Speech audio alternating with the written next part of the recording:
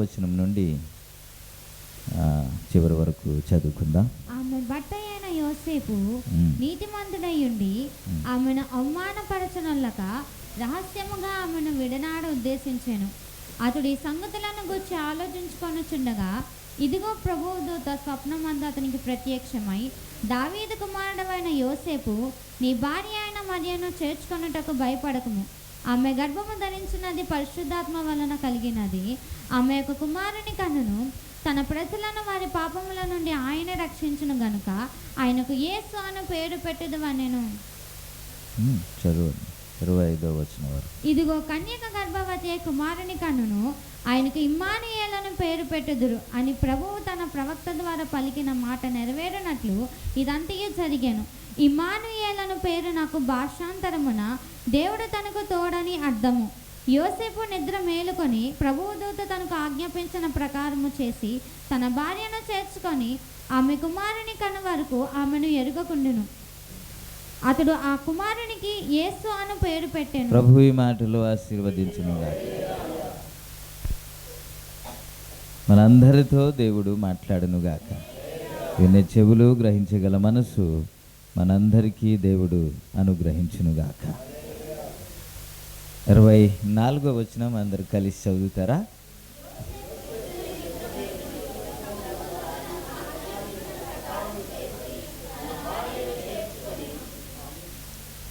ఆమేన్. ఇంకా 2 వారాలు ఉన్నాయి కాబట్టి ఈ 2 వారాల్లో ఏదో ఒక క్రిస్మస్ సందేశం. బయట మన గురించి మాట్లాడలేం కాబట్టి మన గురించి ఇక్కడైనా మాట్లాడదామని ఉద్దేశంతో చిన్న మాట గుర్తు చేస్తాను. క్రిస్మస్ అంటేనే ఒక క్రిస్మస్ అనే పిక్చర్లో అన్ని పాత్రలు ఉంటాయి కదా. అన్ని పాత్రలు ఉంటాయి. యోసేపు పాత్ర ఉంటుంది, మరియ పాత్ర ఉంటుంది, జ్ఞానులు, కాపరులు, హేరోదు, వీళ్ళందరూ ఉంటే క్రిస్మస్ అవుతుంది కదా. ఇందులో నుంచి ఎవరి పాత్ర తీసివేయలేం. స్కిట్ వేస్తే ఏం చేస్తారు? జ్ఞానులు ఉంటారా లేదా? బాలుడైన యేసు, మరియా, యోసేపు అందరు ఉంటారు కదా. హేరోదు, భటులు, వీరందరూ ఉంటేనే క్రిస్మస్.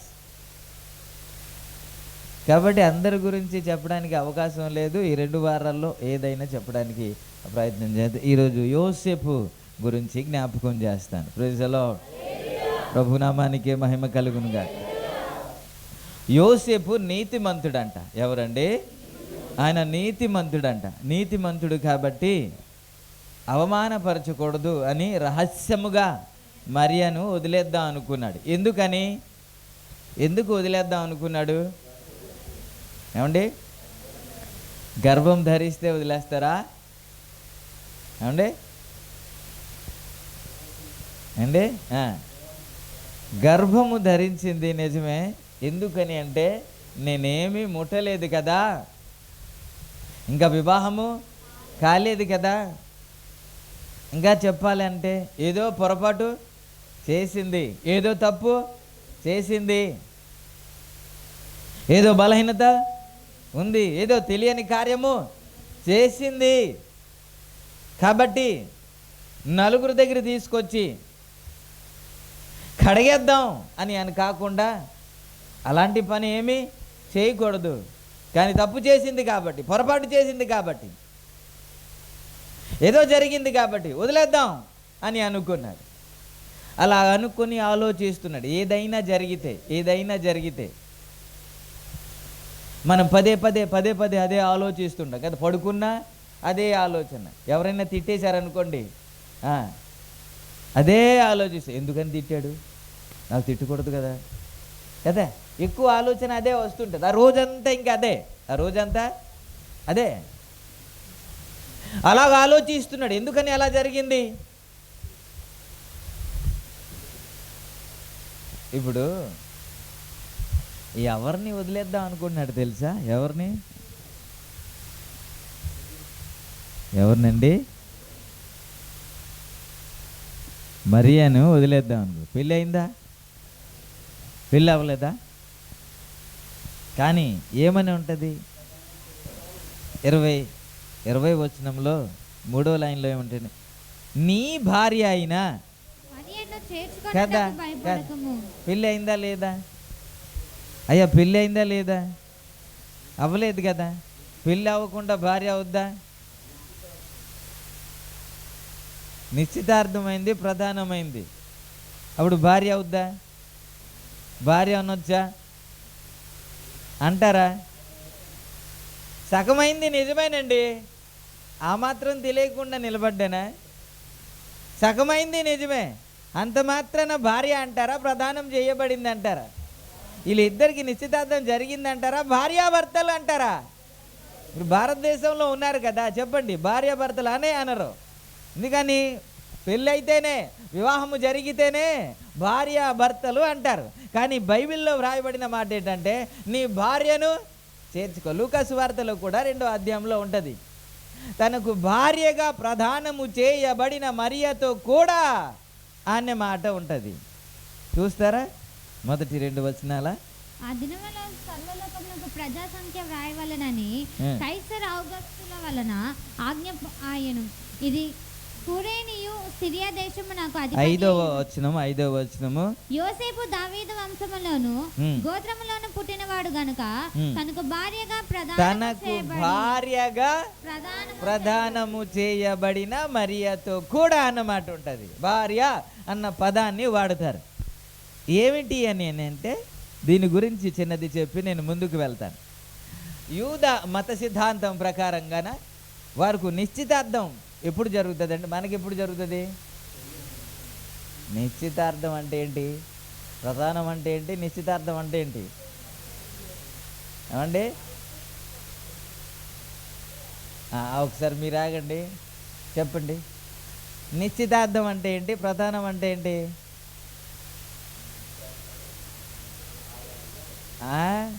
మేము పెళ్ళే చేసుకోలేదండి. అలాంటి కొత్త కొత్త ప్రశ్నలు మాకు అడిగితే ఎట్ట తెలుస్తుంది అన్నట్టు చూస్తున్నారు మీరు. పాలు తాకిన పసిపిల్లల్లా ఉన్నారు. నిశ్చితార్థం అంటే ఈ అమ్మాయిని ఆ అబ్బాయికి ఇచ్చి చేస్తామని అనుకుంటారు చూడండి, అది నిశ్చితార్థం. ప్రధానం అంటే ఏంటి అని అంటే వారు వస్త్రాన్ని, ఏదైనా బంగారాన్ని ఏదైనా తీసుకొని ఇచ్చి తొడిగించి తన వారు చేసుకోవడమే ప్రధానం. రింగునో ఏదో తొడిగించి అది అనుకున్నారు, ఇది కన్ఫర్మ్ చేశారు. ఫస్ట్ ఏమో అనుకున్నారు, అనుకునింది క్యాన్సిల్ కూడా అవ్వచ్చు కదా. తర్వాత ఏం చేశారంటే కన్ఫర్మ్ చేసేసారు, ఇంకా ఈ అమ్మాయి మా అమ్మాయి అని కన్ఫర్మ్ చేశాడు. అది ప్రధానం అంటారు. ఇది జరిగింది, ఇంకా పెళ్ళి అవ్వలేదు. కానీ నిశ్చితార్థం ఏ వయసులో చేస్తాం మనం? ఏ వయసులో చేస్తారు? ఒక 40 లేదా 20, అబ్బాయికి 25 లేకపోతే అమ్మాయికి 20 ఇలాగుంటే చేస్తారు. కానీ యూదా మత ప్రకారంగా, యూదా మత పద్ధతి ప్రకారంగా వారు ఎప్పుడు చేస్తారంటే ఒక 6 సంవత్సరాలు ఉండేటప్పుడే ఈ అమ్మాయి ఈ అబ్బాయికి, ఈ అమ్మాయికి అని వారు అనుకుంటారు. ఎందుకని అంటే వారి సిద్ధాంతం అలాంటిది, మనం ఏమి చేయలేదు. తర్వాత ఈ ప్రధానం ఎప్పుడు చేస్తారంటే మనం ఎప్పుడు చేస్తామంటే పెళ్ళికి 1 రోజు ముందు, 2 రోజుల ముందు అని చేస్తారు. కానీ వారు అలా చేయరు. మెచ్యూరిటీ అయిన తర్వాత ఒక సంవత్సరం 2 సంవత్సరాలు ఆగి ప్రధానము చేసేస్తారు. చేసేసిన తర్వాత భార్యాభర్తలు అని డిక్లేర్ చేస్తారు, పిలుస్తారు. కానీ వారు ఇద్దరు ఏకము కాకూడదు, కొన్ని సంవత్సరాలు వదిలేస్తారు. ఈ గ్యాప్ టైంలోనే వారిద్దరూ పరిశుద్ధంగా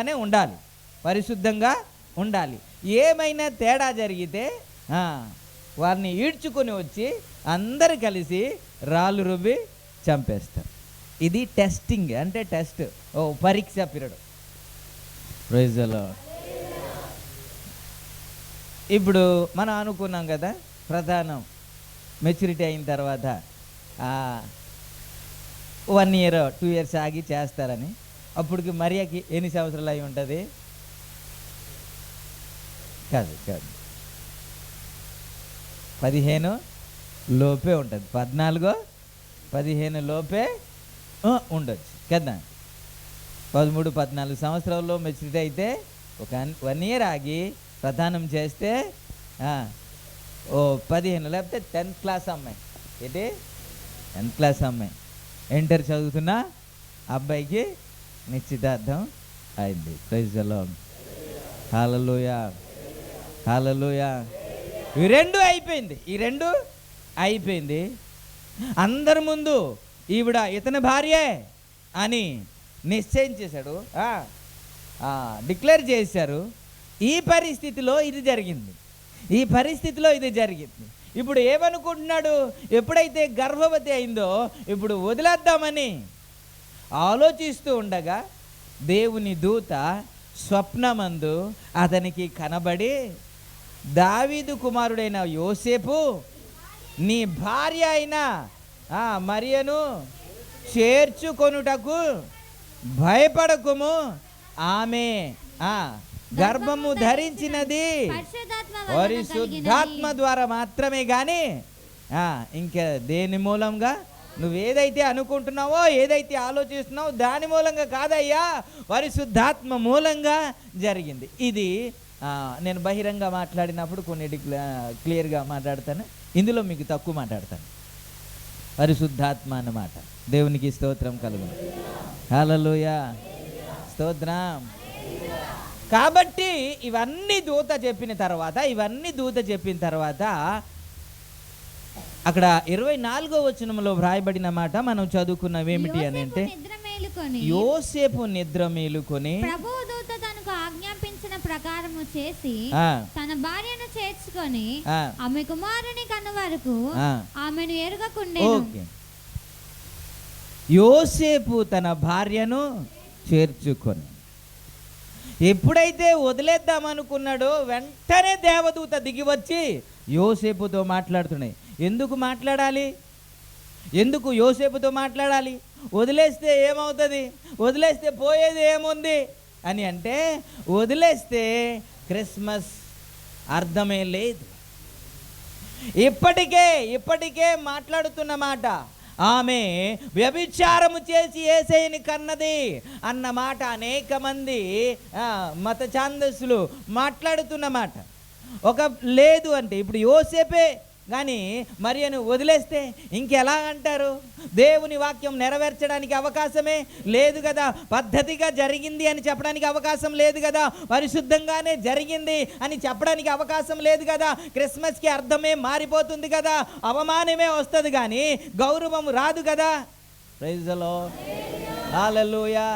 కాబట్టి దేవదూత దిగి వచ్చి మాట్లాడుతున్న మాట, నీ భార్యను చేర్చుకోవడానికి నువ్వు భయపడొద్దు అని. ఇప్పుడు క్రిస్మస్లో ఏమిటి అని అంటే, చేర్చుకోవడమే క్రిస్మస్. దేవునికి స్తోత్రం. యోసేపు చేర్చుకోపోతే క్రిస్మస్కి అర్థమే ఉండదు. మనము హ్యాపీ క్రిస్మస్ చేస్తాం కానీ ఇంకొకరిని చేర్చుకోవడానికి ఇష్టపడం. ఏంటంటే ఇప్పుడు ముఖాలు ఎలా ఉంటాయో చూద్దాం.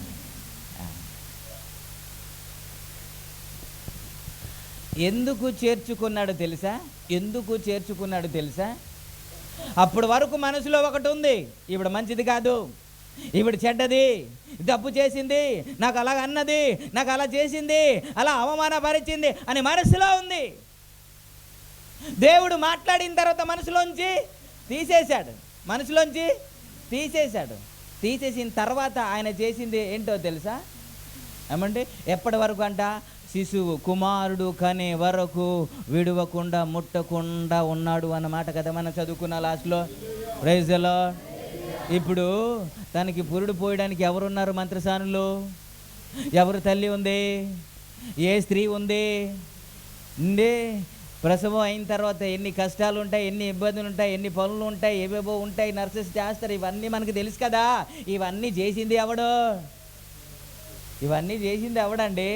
ఇవన్నీ డీటెయిల్స్ ఎందుకు అని ప్రభు రాయలేదు. కానీ ఏం చేశాడు, ఒక్కసారి దేవుడు మాట్లాడిన తర్వాత మనసులో ఇంకా ఏమో, ఇప్పుడు పరిశుద్ధాత్మ ద్వారా గర్భవతి అయింది అని చెబితే ఎవడు నమ్ముతాడండి? అంతకుముందు ఏం జరిగింది, అంతకుముందు ఏం జరగలేదు కదా, ఇది ఎలా అని మనసులో ఏదో ఒక చోట ఉండిపోద్ది కదా. ఏమో ఏం చేసిందో అనేసి కొంతమంది విడిపోయిన కుటుంబాన్ని కలపడానికి వెళ్తే కలుస్తారు కానీ మనసులో మాత్రము ఉంటుంది. చిన్నది ఏమైనా తగాదాలు వచ్చేటప్పుడు, అక్క నీకు ఏం తెలుసు అక్క మా ఆయన గురించి, మళ్ళీ స్టార్ట్ చేస్తాం. కలిశారా లేదా అంటే కలిశారు కానీ హృదయంలో ఉండిపోయింది. మా ఆయన ఇంకా తేడా, మా ఆయన ఇంకా మారలేదు అని ఉండిపోయింది, హృదయం నుంచి తీలేదు ఇంకా. కాబట్టి ఏమైనా తేడా జరిగేటప్పుడు అప్పుడు మీకేం తెలుసు మా ఆవిడ గురించి, మీరు మాట్లాడుతున్న మాటను బట్టి మీరు అనుకుంటున్నారా అని అప్పుడు మాట్లాడతాం కదా. మళ్ళా గొడవలు స్టార్ట్ అవుతాయి. యోసేపు మరియను చేర్చుకున్న తర్వాత ఇలాంటి ఏమైనా తగాదాలు వచ్చాయా, ఇలాంటి మాటలు వచ్చాయా?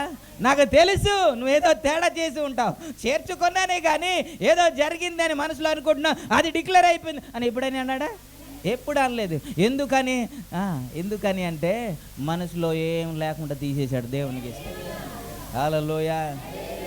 మనసు ఏమీ లేకుండా తీసేశాడు కాబట్టి ఇంకా ఏమి జరగలేనట్టే ప్రవర్తిస్తున్నాడు.